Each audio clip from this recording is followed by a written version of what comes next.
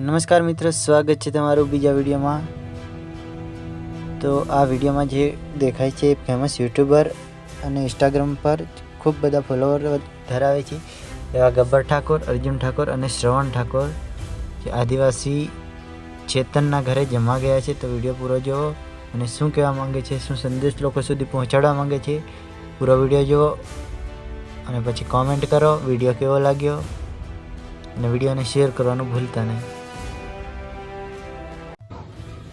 આદિવાસી વિસ્તાર ખાલી લોકો વાતો કરે છે, ખોટા બદનામ કરતા હોય છે અને આખા દિવસથી હોય છે। એટલો પ્રેમ ને એટલી મજા આવી છે જમવાનું। જો મકાઈના રોટલા કર્યા છે અને ફૂલ સેવા, એટલો મસ્ત વિસ્તાર અને આપણા જે ભાઈઓ છે ને એના કરતા વધારે રાખે છે। યારે કેવું ભાઈ, કેવી મજા છે અને ચેતનનું જ ઘર છે। જય બાબારી, જય રોમા ધણે, લોકો રોમાપીરના ભગત છે અને આ બધા એમના લીધે મળવાનું થયું છે। જેટલી ઘડી માણસને તમે મળ્યા ના હોય ને એટલી ઘડી વ્યક્તિને તમે ખરાબ સમજી શકો, બાકી જયારે મળો ત્યારે ખબર પડે કે વ્યક્તિ શું છે। દૂધથી તમે કોઈ ના કહી શકો। જય માતાજી, જય બાબારી, જય રોમાધણ। તો જય બાબારી, જય બાબા। આદિવાસી વિસ્તાર ખાલી લોકો વાતો કરે છે, ખોટા બદનામ કરતા હોય છે અને આખા દિવસથી હોય છે।